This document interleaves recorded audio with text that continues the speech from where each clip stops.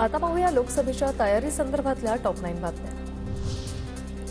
भाजपकडून अजित पवारांचा वापर त्यांना वाटतं पवार विरुद्ध पवार केल्यानं भाजपला फायदा होईल, मात्र निवडणुकीत लोक सरकारचा कार्यक्रम करतील, रोहित पवारांची प्रतिक्रिया।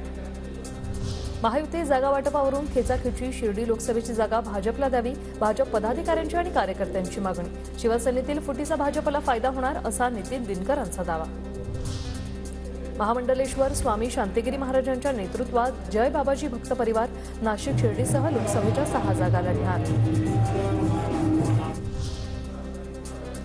कल्याण लोकसभा मतदारसंघात दिवा स्टेशनच्या भूमिपूजनावेळी खासदार श्रीकांत शिंदे आणि मनसे आमदार राजू पाटील एकाच व्यासपीठावर, त्यामुळे शिंदे गट आणि मनसेचं मनोमिलन झाल्याच्या चर्चा सुरू।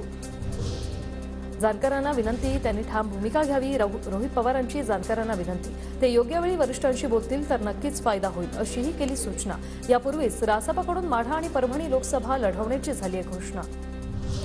संभाजीराजेंकडून शाहू महाराजांसोबतचा फोटो इन्स्टावर पोस्ट, महाविकास आघाडीच्या बैठकीच्या पार्श्वभूमीवर संभाजीराजेंच्या पोस्टची चर्चा।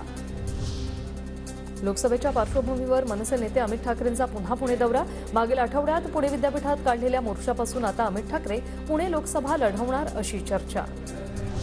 खासदार धनंजय महाडिकांचे पुत्र कृष्णराज महाडिक राजकारणात उतरणार असल्याची चर्चा, कोल्हापुरात लागले कृष्णराज महाडिकांचे बॅनर, रस्त्यासाठी 25 कोटी आणल्याचा बॅनरमध्ये उल्लेख। लोकसभेसाठी समविचारी पक्षांना एकत्र आणण्याचा प्रयत्न सुरू, प्रकाश आंबेडकरांनी आमच्या सोबत यावं, शरद पवारांचं बारामतीतल्या बैठकीनंतर विधान।